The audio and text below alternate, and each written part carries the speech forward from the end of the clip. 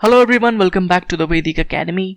तो last class में हमने मुगल एम्पायर में शाहजहां के रूल तक पढ़ा था। तो इस बार आगे बढ़ेंगे और पार्ट 4 में पढ़ेंगे औरंगजेब और लेटर मुगल्स के रूल के बारे में। तो चलिए चैप्टर स्टार्ट करते हैं। The Vedic academy. चैप्टर शुरू करने से पहले मैं आपसे एक बार रिक्वेस्ट करूंगा कि अगर अभी तक आपने हमारे चैनल को सब्सक्राइब नहीं किया है तो प्लीज इस वीडियो के नीचे जाकर हमारे चैनल को सब्सक्राइब करें, इससे हमें काफी सपोर्ट मिलता है। तो चलिए स्टार्ट करते हैं औरंगजेब के रूल को। तो लास्ट क्लास तक हमने पढ़ा था कि औरंगजेब के जो पहले जो रूलर आएंगे वो होंगे शाहजहां। ठीक है, शाहजहां को फॉलो करेंगे औरंगजेब और फिर औरंगजेब को फॉलो करेंगे लेटर मुगल्स। तो यानी औरंगजेब जो होंगे वो ग्रेटर मुगल्स के लास्ट रूलर होंगे। ठीक है, और लेटर मुगल्स उतने इंपॉर्टेंट नहीं है क्योंकि ये वीक रूलर्स थे और इनके बारे में ज़्यादा क्वेश्चंस नहीं आते हैं, इसलिए इनके बारे में हम सिर्फ ब्रीफली हम पढ़ेंगे। तो चलिए औरंगजेब स्टार्ट करते हैं। तो हम इसे वहीं से स्टार्ट करते हैं जहां हमने शाहजहां को छोड़ा था। तो शाहजहां को इम्प्रिजन कर दिया था उनके अपने ही बेटे औरंगजेब ने और फिर कैप्चर कर लिया था थ्रोन को। ठीक है, तो शाहजहां का जो लास्ट पीरियड बीता था वो एज अ प्रिजनर बीता था आगरा फोर्ट में। और फिर टाइटल एज्यूम कर लिया था औरंगजेब ने आलमगीर का और रूल करना स्टार्ट कर दिया था। ठीक है, तो आलमगीर टाइटल आपको याद रखना है, ये पूछा जा सकता है कि आलमगीर किस रूलर का टाइटल था, तो वो होगा औरंगजेब।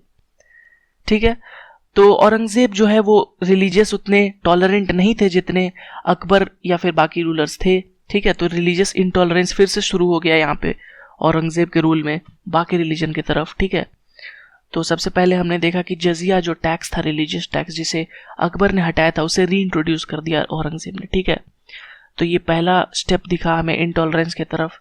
ठीक है, इसके अलावा ये बाकी जो लोग थे उनको भी कन्वर्ट करने के लिए कहते थे इस्लाम में, और नहीं करने पर उनको सजा दिया जाता था। ठीक है, तो इसका एक एग्जाम्पल है कि जो 9th गुरु थे, सिख गुरु, गुरु तेग बहादुर, तो उनको भी औरंगजेब ने कहा कि आप इस्लाम में कन्वर्ट हो जाइए और फोर्स किया, बट गुरु तेग बहादुर ने हार नहीं मानी और इनकार कर दिया सीधे। तो गुरु तेग बहादुर को असैसिनेट करवा दिया।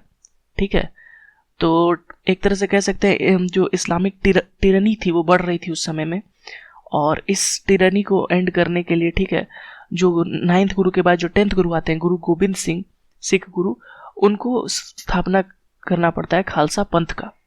ठीक है, तो ये भी क्वेश्चन कभी कभी आता है कि किस सिख गुरु ने खालसा पंथ की स्थापना की थी, तो वो थे गुरु गोविंद सिंह। ठीक है, और ये 10th गुरु थे सिख गुरु, और इन्होंने ही खालसा पंथ की स्थापना की। और क्यों की थी, तो टू एंड द टिरनी। तो ये आपको याद रखना है। ठीक है, तो हम देख रहे हैं कि जो अब एक तरह से रिलेशन था बिटवीन जो हिंदू रूलर्स और मुस्लिम रूलर्स, वो काफ़ी यहाँ पे प्रोमिनेंट दिखने लगा था। पहले अकबर के समय वो रिलेशन काफ़ी बेहतर हो गया था। ठीक है, बट फिर से यहाँ पे एक रिफ्ट आने लगा जो राजपूत रूलर्स थे और जो कि ये मुगल रूलर्स थे उनके बीच में। ठीक है, तो अब फिर देखते हैं कि जो इसके कारण क्या होता है, जो ये जो मेन होता है नॉर्थ इनका वीक होने लगता है ड्यू टू द रिफ्ट, क्योंकि जो नॉर्थ का इलाका यानी राजस्थान जोधपुर का इलाका, वहाँ पे राजपूत किंगडम्स रूल करते थे। ठीक है, तो मेनली इनका फोकस नॉर्थ पे ही होने लगता है। तो इसके कारण क्या होता है, जो साउथ यानी मराठा का रीजन था वो वहाँ पे स्ट्रांग होने लगता है। ठीक है, और मराठाज औरंगजेब के टाइम में काफ़ी स्ट्रांग हो जाते हैं।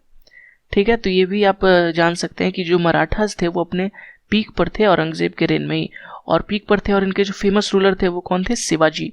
ठीक है, तो शिवाजी का जब मतलब पावर बढ़ता गया तो फिर तब औरंगजेब को चिंता हुई, और फिर एक तरह से जब उन्हें नहीं हरा पाए तो उनको कैप्चर करने के लिए एक कॉन्स्पिरेसी रची। ठीक है, तो उनको अपने कोर्ट में बुलाया और वहीं पे उनको कैप्चर कर लिया। लेकिन फिर शिवाजी ने अपनी सूझबूझ से भागने में कामयाब हुए थे शिवाजी औरंगजेब के कैप्चर से।